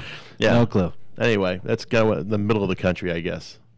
That's what time it is. There you go. So, anywho, yeah, we're getting close to the end here. We got about 5-6 minutes left. Okay, and then, sweet. We could talk about something for 5 minutes, 4 minutes, and then we'll talk about the club a little bit more because we got to make sure the people that have tuned in late to get to hear about this amazing thing. So, what's on besides back porch? What's on the agenda for you guys? Are you guys spending your whole focus on that? Are you guys still planning on doing joint ventures with flips and things like that? Like, what is your next steps on stuff? Well, we had talked about continuing the joint venture program for flipping for members of the club. Yeah, because it is a really beneficial thing. But for us, it's a real time issue. Really big time issue. And so, I know you and I talked about potentially heading that up and running it and everything. But as Steve and I have talked more and more about it, it's just not going to be a reality. We're not going to be able to do it. Okay. As much as we would like to, we want somebody in the club to step up and start taking over that sort of a thing. So I've mentioned it to a few of the people that are bigger players in the group and said, we need a joint venture program for the new people, and we need to build a sales funnel for you guys to get this information out to these people. And we're working on it. The club is a full-time job in and of itself, so it's tough to be able to get to everything. Right. But we'll hopefully have that launched with another group inside the club soon. Would you make? Obviously, you would make money for providing the resources and leads. Yeah, maybe the financing or something. Would you sell off the CRG name, or is that something that's going to stay in? We've talked about it. We've talked about potentially selling off Community Restoration Group, but how do you value a company that's not going to have any assets? Because once it's done, all we have is a name. And what's goodwill worth? That's a tough thing to evaluate, and it's it's worth whatever somebody's willing to pay for it. Right. But all it is just a name, and that's all we'd be able to deliver to them, because we're not going to be working for them. No way. Maybe our admin will stay on and work if they want, but that's up to them. Yeah. I think they're coming with us where we're going. So I think that's a splendid idea for them. Yeah, pretty good possibility. But We'll see what happens. I mean, we don't know. I actually did have somebody that asked me if we wanted to sell Community Restoration Group to them. And I said, well, it won't have any assets by the time we sell it. But if you want to buy it now with all the assets that are in it, all the flips that are currently in process, I mean, sure, I'll sell it to you. Okay. But yeah, just, it's got to make sense. I got to come out of it with some profit, obviously. Well, yeah, obviously. Yeah. But there's a good name there. I mean, it's a name that people recognize in the industry. Oh, so totally. It does have value just because of the name. Okay. So you would you do seller finance on something like that? Would we sell or finance community restaurant? Maybe. I don't know. We might. Okay. There's probably a way to structure it. I think there's a way to do it. So anybody out there that might be interested, that might be something we would consider. Interesting. Okay. But I'm always interested in what you're doing, Todd, because you always have like such an exciting thing that you do. I mean, it's so funny. You do so many exciting things in business, and you're such a family man on the other side too. Yeah. You get to do so many exciting things over here, and you have this really like risk stuff. Oh, and like exciting here, and then you have such a stable thing with your family. I love it. Yeah. And so it's inspiring me to it's inspiring to someone like me who wants to have a family but also wants to have a business that really is explosive, can go out there and make a lot of money and do some crazy cool things in investing. Yeah. And to see you do it is super cool. So I just want to tell you that. Well, thank you. I've always admired that. You and your relationship with your wife is it's wonderful. I love Megan, and it helps that your kids. What helps that she's an amazing woman. She's a great partner, mom. Great mom. Everything. She's an amazing wife. I love her to death. Yeah. So that's amazing. And then we have some awesome kids. They've done some pretty crazy things. They got her genes for a lot of stuff. They actually got my last name out of the deal. That was pretty cool. Yeah, that worked out. But I think they might have my bone structure. I don't know. We're gonna find out. But Parker does, absolutely. So anywho, we are running quite short on time. So for one last time, we're going to mention the Inland Empire Real Estate Investment Club. For those of you folks out there that have always wanted to become a real estate investor and you just don't know where to start with the Inland Empire Real Estate Investment Club. We get together once a month at the Mission Inn. This is on the fourth Wednesday of every month, where we get together. All the big-time players in the area. We all talk about real estate investing. We're here to help. So we have a bunch of mentors in the room that are there to help you start your real estate career in any way that you want to go. You can find more information for that on meetup.com. Just look up the Inland Empire Real Estate Investment Club. We also have 2 other meetings per month, the cash flow game on the first Wednesday of the month, and we have the Saturday morning coffee event, which is on the Saturday before the fourth Wednesday of the month. Kind of confusing, but if you're on meetup.com, you can see the calendar. It's all there. So I want to thank Tyler for coming out. Thank you. From Formatic Properties Management. And we'll see you all again next week. Thank you all for tuning in. Take care, everyone. Thanks.